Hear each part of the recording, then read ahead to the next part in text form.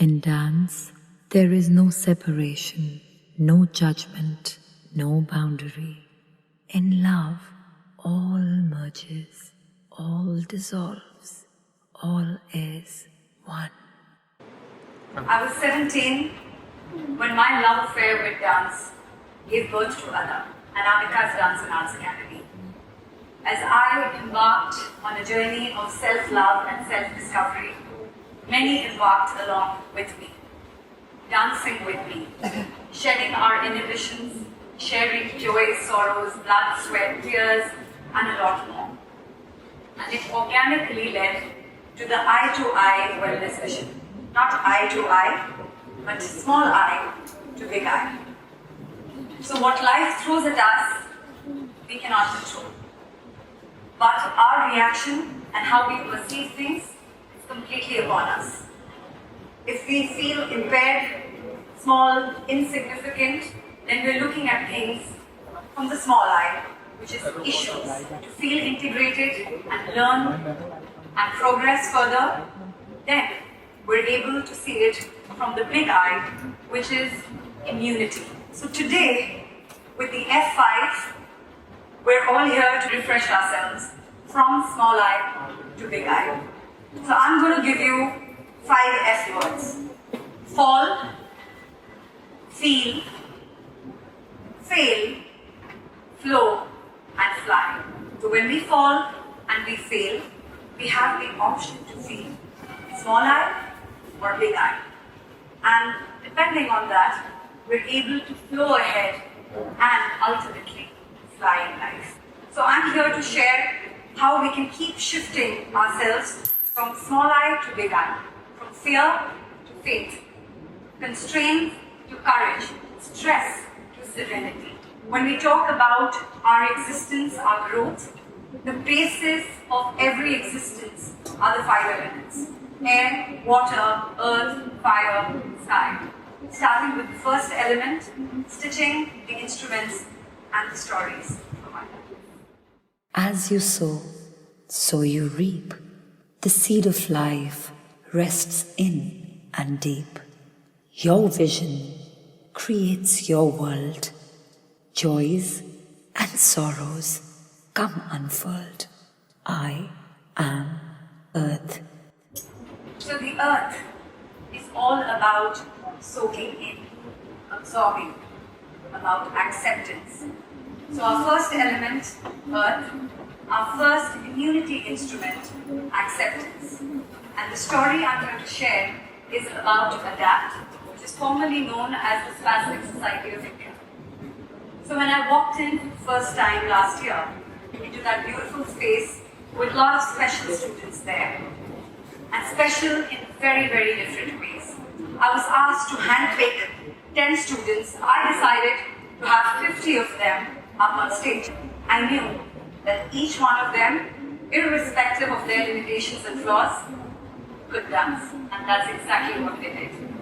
They danced with their feet, some of them with their hands, and some of them with their eyes. Right after the performance, a woman walked up to me and she said, all my life I've been asking for forgiveness, some karmic debt that I had to repay, that I was given a child like this. I've been very wonderful as a mother, I've cared for her, I've served her, I've loved her, but it's only today that I learned that I get to accept her fully.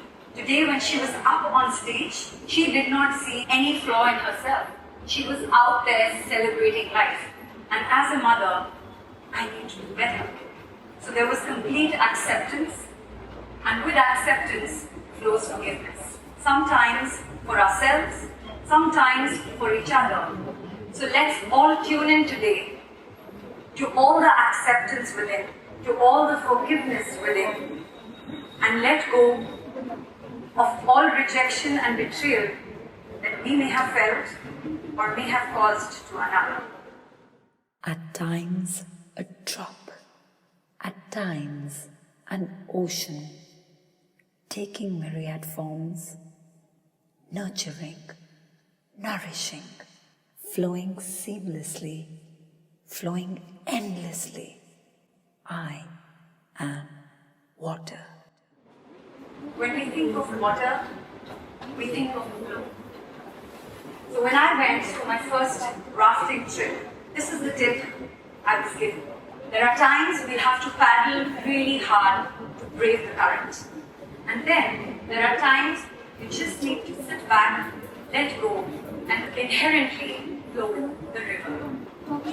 And that's our next community instrument, water, surrender. My story in Bodh Gaya. Bodh Gaya is where Lord Buddha meditated, where there's this stunning, beautiful Bodhi tree, and he got enlightened. And I would like to believe that a little bit of light fell on him too. So I was invited by the Ministry of Tourism for the International Buddhist Conclave. It was a huge stage of 70 by 80 feet, and I was going to look like a little mosquito dancing around. And I didn't know what to do. And just then, there were these beautiful monks, these little lamas who walked in to practice their chants. That was the first thing that streamed in.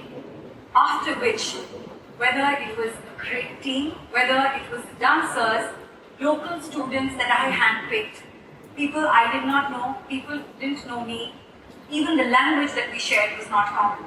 Somehow, the Buddha led me to them, or led them to me. We had 3.5 days and a 1-hour performance to put up. If you ask me how it happened, the exact plan, I can't share. But all I know is everything just flew. So there are times in our lives when we want to control things. That causes stress and anxiety. Small I. If we let go, sit back and surrender, and allow ourselves to patiently flow, sometimes magic happens much better than we imagine. So let's tune in to this magic within and trust the universe to help us flow in surrender and patience and admire that magic. I can destroy. I can create. I can engulf. I can illuminate. I am fire. It takes little to light a fire, but a lot more to keep the fire aflame. Faith and courage are what you need to keep your fire alive. So last there was music and dance at the Red Fort, New Delhi. It was during Shah Jahan's time. Aurangzeb came into the throne and he banished all art, all music, all dancing, everything. And the ramparts were quieted, they were in silence for years. And then, in 2006, one mad girl goes to see the Sound and Light show, and she knew that was her next stage. People thought I was completely mad, because it wasn't possible. This is not City Fort, auditorium. This is Red Fort, you can't do a show here. Never has it happened before. And my answer to them was, I could see it happen. And 6 months later, it did happen. On a full moon night, with 300 dancers and 200 musicians from all across the country and even from across the border. I had to believe in my dream more than anybody else. Sometimes we let go of our dreams. Sometimes we want others' approval to fuel our dreams. Let's tune in to all the faith within, to all the courage within, to keep our flame, our fire alive, conquer many dreams and realize them. Time. No color, no form, breezing across time. I am this breath you took in, and this breath you let go. Unstoppable, boundless. I am air. When we think of air, we feel our breath, we feel a fragrance. And even before we discover the colors and beauty of a flower, we feel its fragrance. And isn't that how communication needs to be? Isn't that what compassion truly means? That even before we speak our words, the other person knows how we feel. That even before we extend our support and help in physicality, the comfort is felt on the other side. I was 19 when I was invited to Kargil, right after the war. People hadn't exited their houses. All that they'd heard was sounds of bullet and bombs. The government took an initiative to bring them out. They embraced music, they embraced dance, they embraced life, and they thought I touched their lives. But I know that they touched and changed mine forever. But the story I'm going to tell you about air, fragrance, compassion, and communication is my recent visit to Kashmir on an invitation by the tourism. I was introduced to 12 Islamic university students in their post-graduation courses. They were there to drive a waste management campaign. People weren't quite receptive to give them time and understand about waste management, and we all understand how critical it is right now for all of us to be aware of it and have it functional. The first thing I asked them was, did you see Gulmarg? Did you feel Gulmarg? And their answer to me was, ma'am, we're here for work. And where is the time? And it was a simple thing. If we don't connect with a place or with people, how do we expect them to connect with us? Why can't we take that first step of communication, of compassion? So next morning, they were all up, feeling Gulmarg, walking in the snowfields, absorbing the lovely breeze. And what followed was magic. And suddenly, they found themselves having tea at the government official's office, entertained by the tourists, opening a dialogue to waste management. The only change that happened was that change within. The moment they transcended from their small individual self, becoming one with the space changed, people changed, and compassion flowed. What we did along with the waste management was inner waste management. Now let's look into our lives. There are instances that happen every day.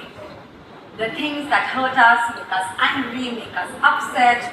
Some, after a little time, in hindsight, we see as blessings in disguise. But then there are some instances that we feel have tainted our soul forever.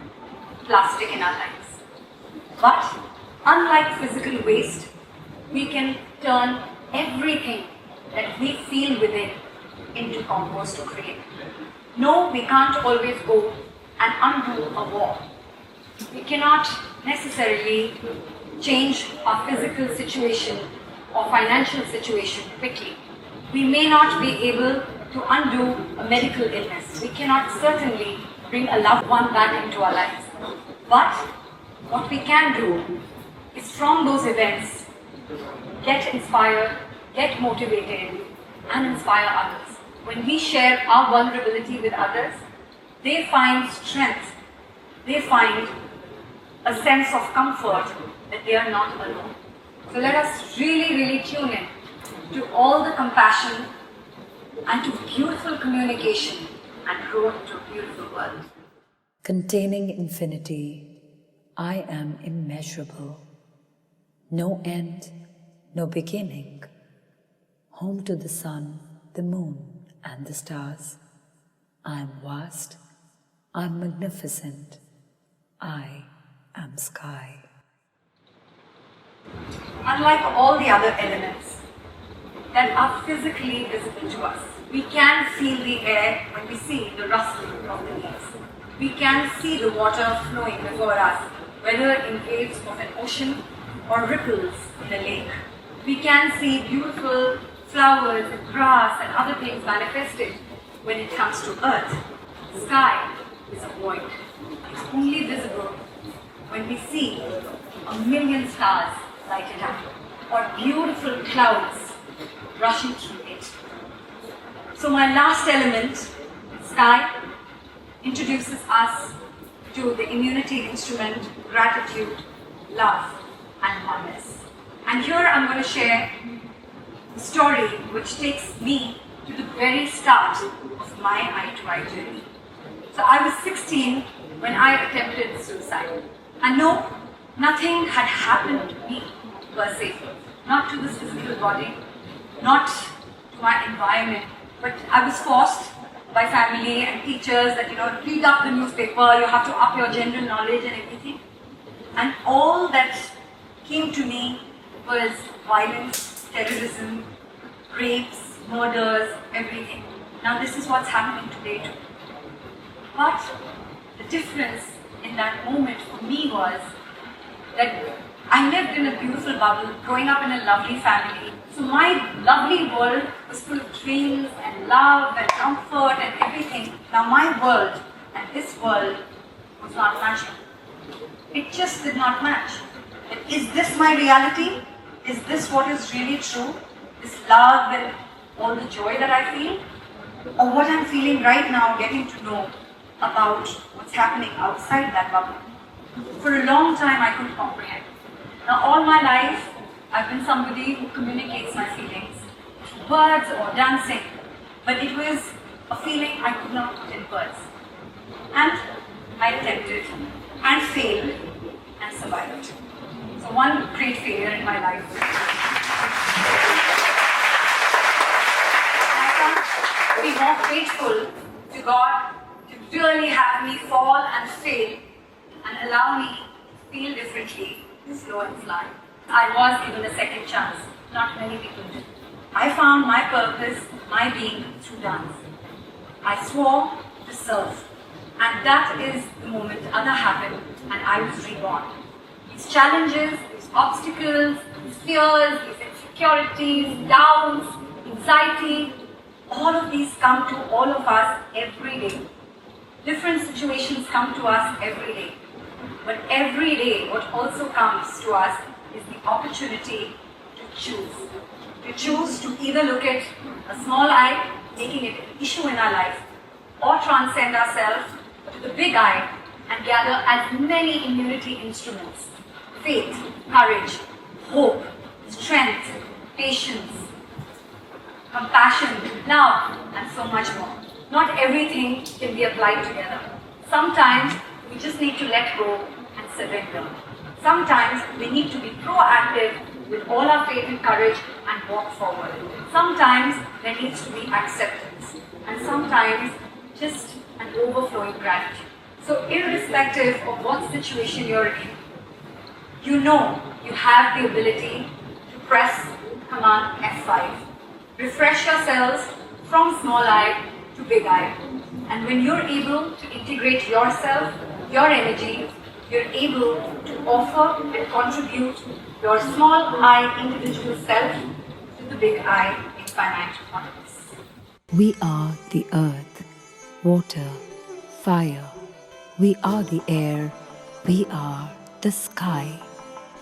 Let us come together, align ourselves towards one journey, one world. Awaken, enlighten. I to I.